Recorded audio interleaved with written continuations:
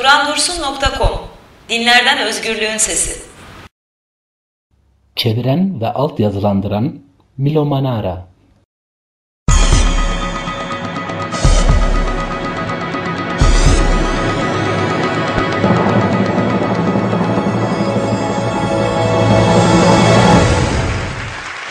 I'm going around the world giving talks about Darwin, and usually what I'm talking about is Darwin's strange inversion of reasoning. Now, that title, that phrase comes from a critic, an early critic, and this is a passage that I just love and would like to read for you.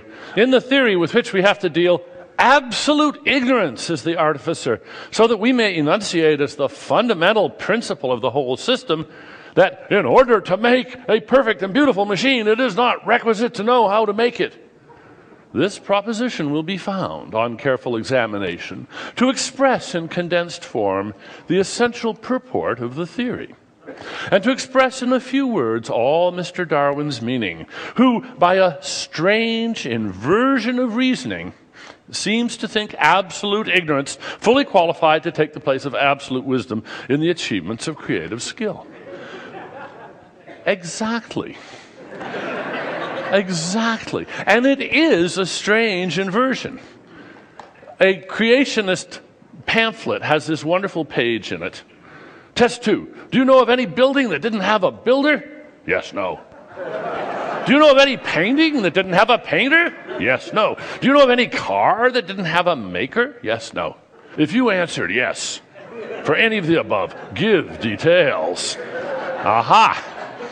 I mean, it really is a strange inversion of reasoning. You would have thought it stands to reason that design requires an intelligent designer. But Darwin shows that it's just false. Today, though, I'm going to talk about Darwin's other strange inversion, which is equally puzzling at first, but in some ways just as important.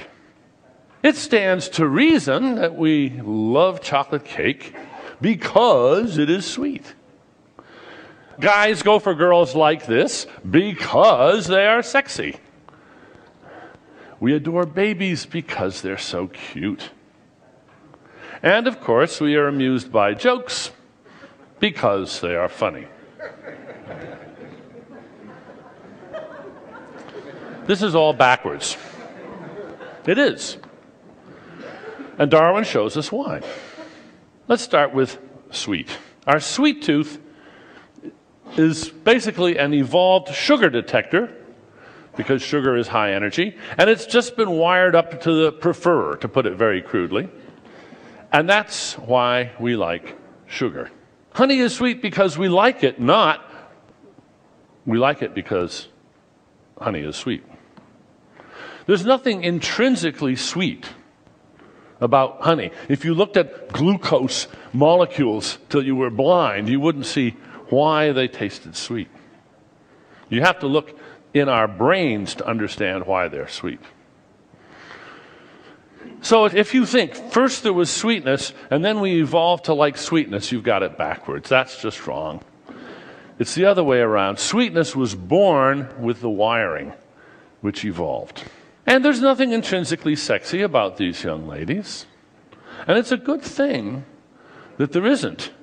Because if there were, then Mother Nature would have a problem. How on earth to get chimps to mate?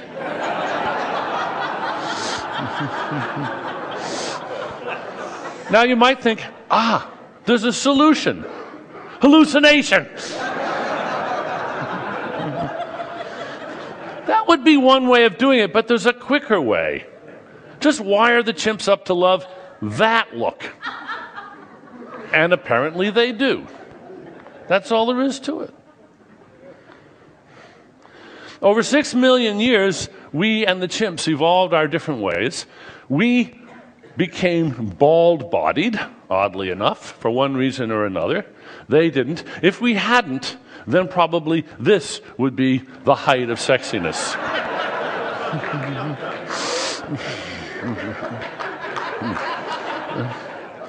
Our sweet tooth is an evolved instinctual preference for high-energy food. It wasn't designed for chocolate cake. Chocolate cake is a supernormal stimulus.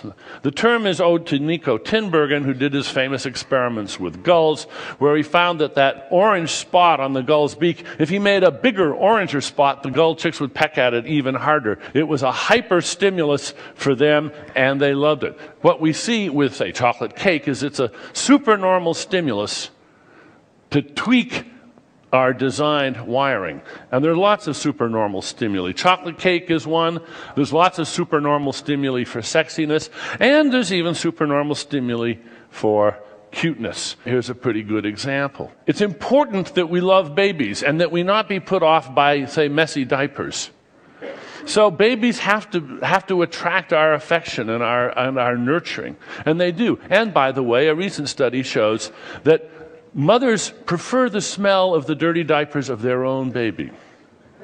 So nature works on many levels here. But now, if babies didn't look the way they do, if babies looked like this, that's what we would find adorable. That's what we would find. We would think, oh my goodness, do I ever want to hug that? This is the strange inversion. Well now, finally, what about funny? My answer is it's the same story. The same story. This is the hard one, the one that isn't obvious. That's why I leave it to the end, and I won't be able to say too much about it. But you have to think evolutionarily. You have to think, what hard job that has to be done? It's dirty work. Somebody's got to do it. Is so important to give us such a powerful inbuilt reward for it when we succeed. Now, I think we found the answer, I and a few of my colleagues. It's a neural system that's wired up to reward the brain for doing a grubby clerical job. Our bumper sticker for this view is that this is the joy of debugging. Now, I'm not going to have time to spell it all out, but I'll just say that only some kinds of debugging get the reward. And what we're doing is we're using humor as a sort of neuroscientific probe by switching humor on and off, by turning the knob on a joke. Now it's not funny. Oh, now it's funnier. Now we turn a little bit more. Now it's not funny. In this way, we can actually learn something about the architecture of the brain, the functional architecture of the brain. Matthew Hurley is the first author of this. We call it the Hurley model. He's a computer scientist. Reginald Adams is a psychologist, and there I am. And we're putting this together into a book. Thank you very much.